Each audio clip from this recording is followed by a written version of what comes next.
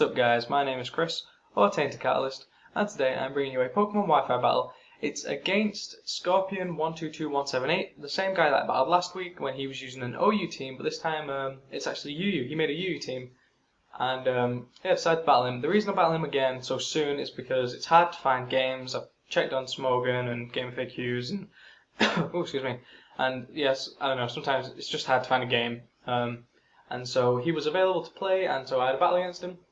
I've never used this team before. I just threw it together yesterday, and I've not even tried it out.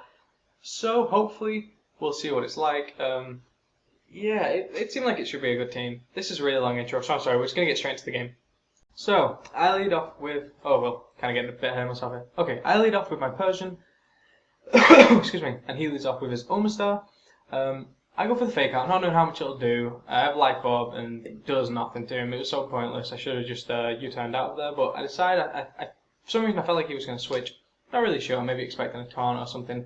So I go for the Hypnosis to sleep what comes in, but also it just sleeps the Omastar, which isn't a big deal. And this turn I U-turn out, because I'm expecting him to switch. And so I want, obviously, the switch initiative, but he stays in. Takes the U-turn with no problem. And I switch out to... You know, I don't even know what this thing's called. Fart.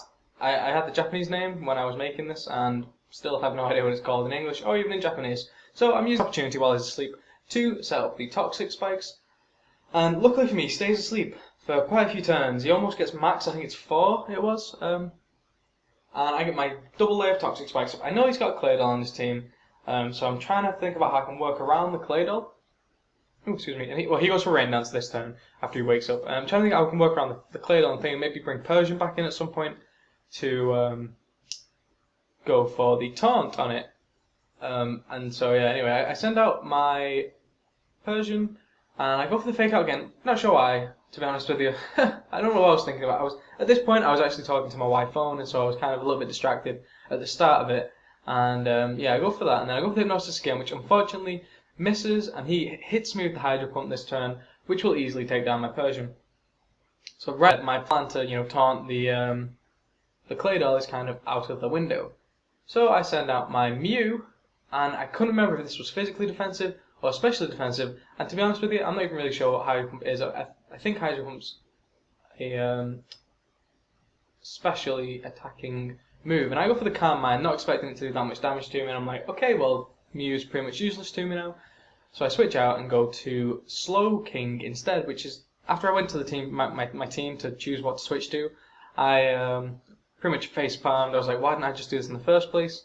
This thing can probably wall it. Yeah, exactly. It does like a third. It can wall it so easily. I go for the Boiling Water. I'm not sure. Again, like I said, I was talking to my wife and I go for it, but luckily it's neutral damage. I don't get the burn. For a while I was thinking about what to do, and I thought I should go for the Psychic, but I think this is probably the better thing to go for.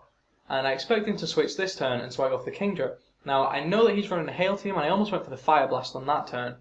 But I just didn't, just in case he didn't switch, and it would have done nothing to it, whereas Psychic will at least do some damage to it. So I get the Psychic off on it, which does a nice chunk, and I know I can live one Draco Meteor and go for the Psychic, and its special attack is going to go down, so I know I can live another one after leftovers.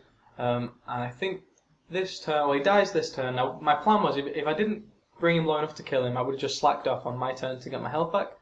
But he does die, and so I know I'm going to have to switch out. And he sends out his Mamoswine.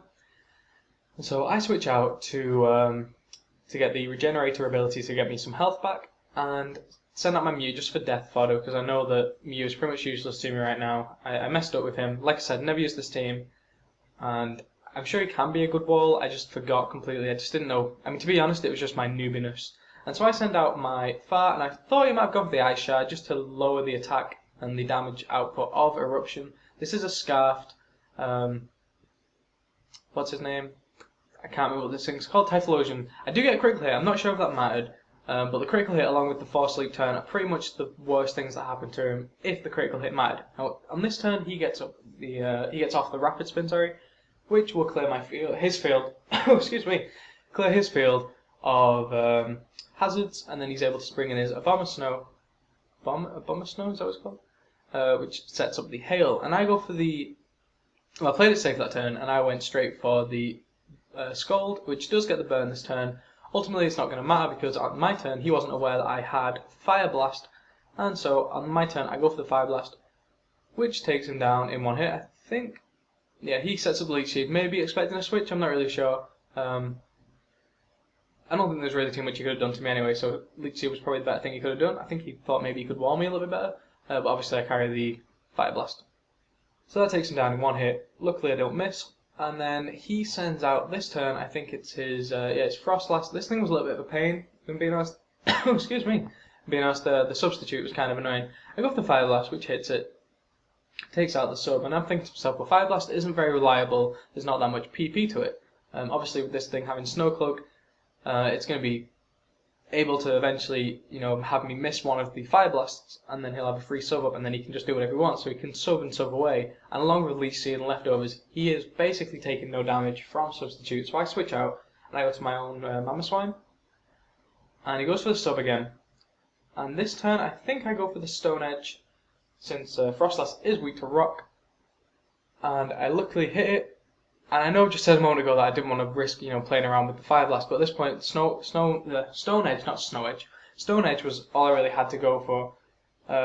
Maybe Earthquakes would have been taking these subs out, but I didn't want to risk it and let him get all these spikes and everything set up. And so he sends out his Claydol, and I just, again, playing it safe, went for the Stone Edge, which doesn't do any damage to it basically at all.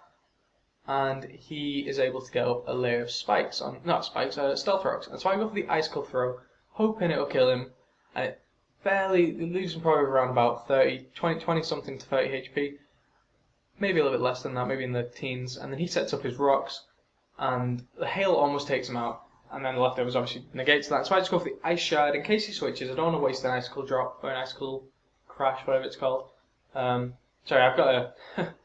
I play on my DS like normally, and then I have to move it over to my emulator, and the emulator runs a ROM which is Japanese. Anyway, so he sends in his Frostlass, and that's why I don't know the names of everything, because some stuff's Japanese. And he uses Blizzard, which does about just over a third of my HP, but probably around 40%, and I'm just Stone Edging just to try and do some damage and get rid of this thing, because this is an annoying thing.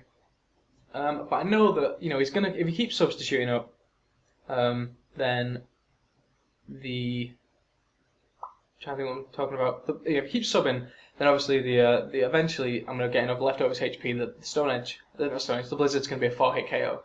So I'm not worried about that at all. I just keep going for the Stone Edge, which eventually works out because he doesn't do the.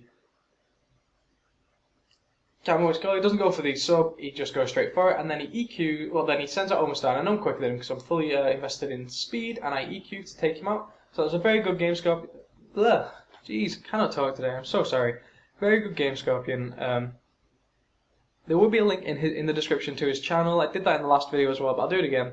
So go check him out, he's a nice guy, and he's a very good battler.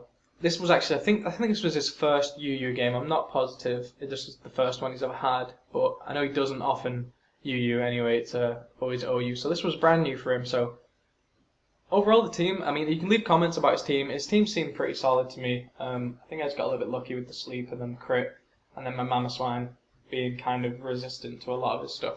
So anyway, sorry for the long outro and the long intro. Be sure to rate, comment, subscribe, all that sort of stuff. And I'll see you in the next video. Bye!